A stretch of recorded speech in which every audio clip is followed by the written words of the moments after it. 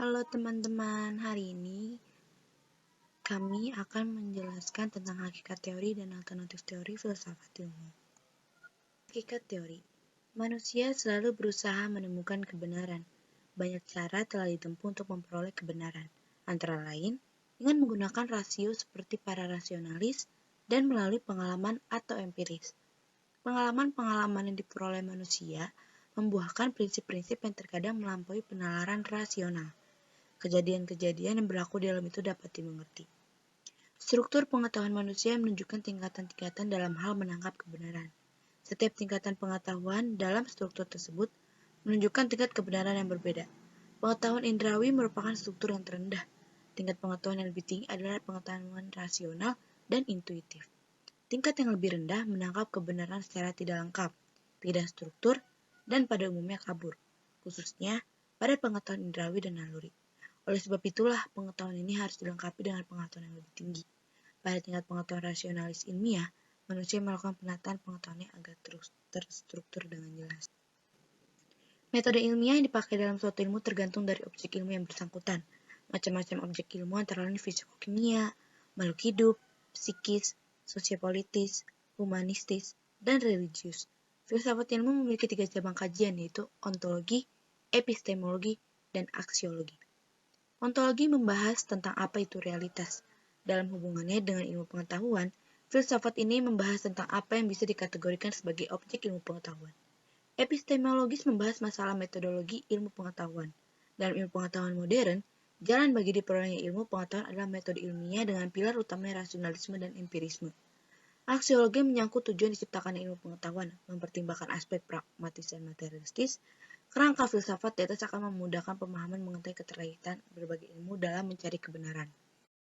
Kebenaran dalam perspektif filsafat ilmu. Yang pertama ada teori korespondensi. Bertrand Russell 1872-1970. Teori kebenaran korespondensi adalah teori yang berpandangan bahwa pernyataan-pernyataan adalah benar jika berkorespondensi atau berhubungan terhadap fakta yang ada. Menurut teori ini, kebenaran adalah kesetiaan kepada realita objektif atau fidelity to objective reality. Kebenaran adalah persesuaian antara pernyataan tentang fakta dan fakta itu sendiri atau antara pertimbangan judgment dan situasi yang dijadikan pertimbangan itu, serta berusahakan untuk melukiskannya karena kebenaran mempunyai hubungan erat dengan pernyataan atau pemberitaan yang kita lakukan tentang sesuatu. Titus 1987-273. Yang kedua, teori koherensi atau konsistensi. Teori kebenaran koherensi, tokoh teori ini adalah Spinoza, Hegel, dan Bradley. Suatu pengetahuan dianggap benar menurut teori ini adalah bila suatu proposisi itu mempunyai hubungan dengan ide-ide dari proposisi yang terdahulu yang bernilai benar.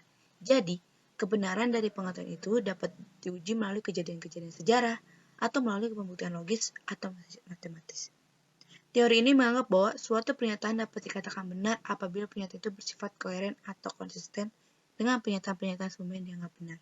Misalnya, bila kita menganggap bahwa pernyataan semua hewan akan mati adalah suatu pernyataan yang benar, maka pernyataan bahwa ayam adalah hewan dan ayam akan mati adalah benar pula, sebab pernyataan kedua adalah konsisten dengan pernyataan yang pertama.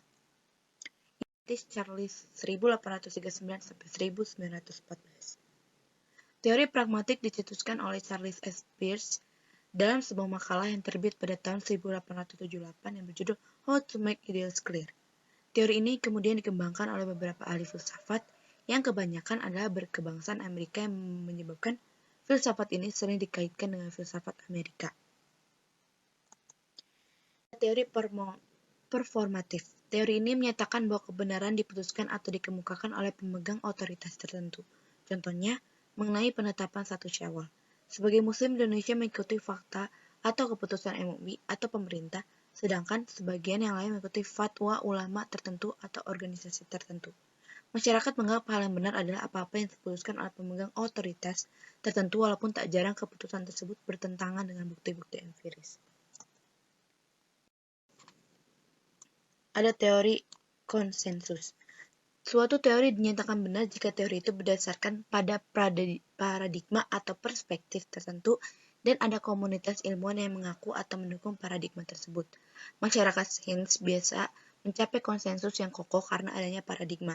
Sebagai komitmen kelompok, paradigma merupakan nilai-nilai bersama yang menjadi determinan penting dari perilaku kelompok, meskipun tidak semua anggota kelompok menerapkannya dengan cara yang sama.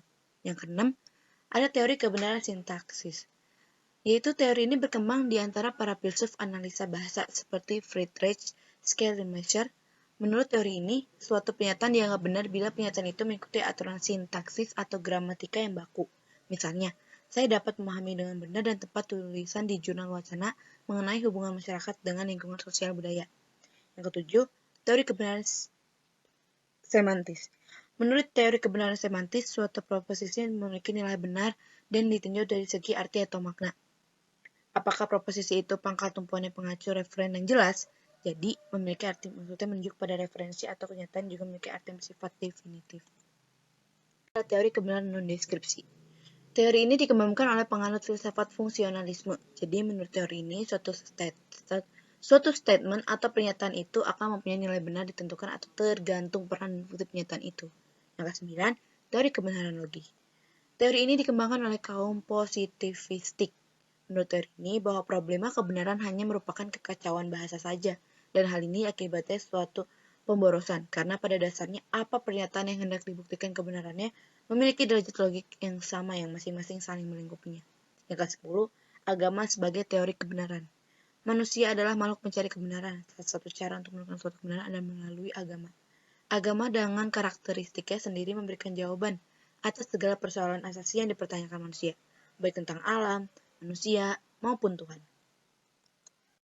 Kemudian ada alternatif teori. Kata alternatif diartikan sebagai pilihan lain. Jika dikaitkan dalam pembahasan mengenai teori, maka teori alternatif adalah sebuah teori yang digunakan sebagai pilihan lain ketika sebuah teori utama tidak dapat dilaksanakan.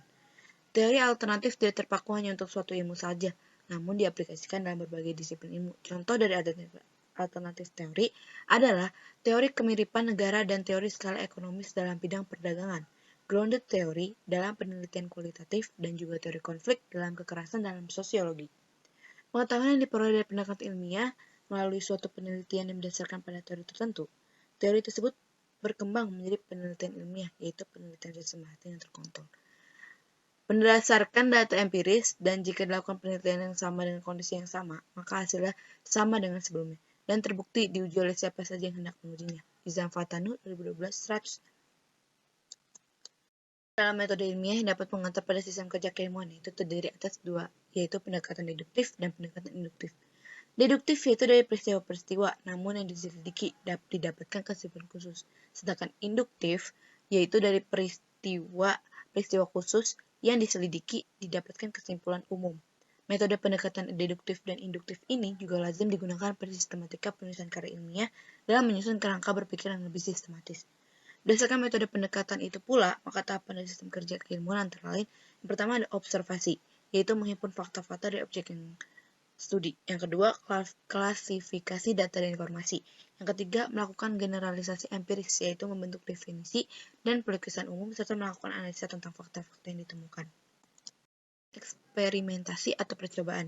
Yang kelima, hipotesis, yaitu pengembangan teori ilmu yang sifatnya sementara. Hipotesa ini dilakukan dengan jalan menentukan sebab-sebab atau dengan menentukan hal-hal yang mendahului peristiwa. Selanjutnya yaitu dengan merumuskan hukum atau teori sementara. Yang keenam, verifikasi atau penguji ulang terhadap hipotesis yang diajukan. Yang ketujuh, menyimpulkan teori logis berdasarkan pada fakta dan data yang telah diuji. Dengan metode bantuan penelitian keilmuan, ramalan tersebut diuji dengan fakta empiris dan diolah dengan bentuk analisis statistik untuk menghasilkan kesimpulan umum. Kesamaan antara ilmu pengetahuan dan filsafat bahwa keduanya sama-sama mengejar kebenaran. Kebenaran ditemukan tidak sekedar demi kepentingan teori saja, melainkan demi kepentingan serta peningkatan hidup manusia seluruhnya. Perbedaannya terletak pada subjektif yang diselidiki serta sudut tinjauannya terhadap subjek ilmu pengetahuan dari penyelidikan lahir ilmu pengetahuan khusus seperti ilmu bumi, ilmu alam, dan sebagainya.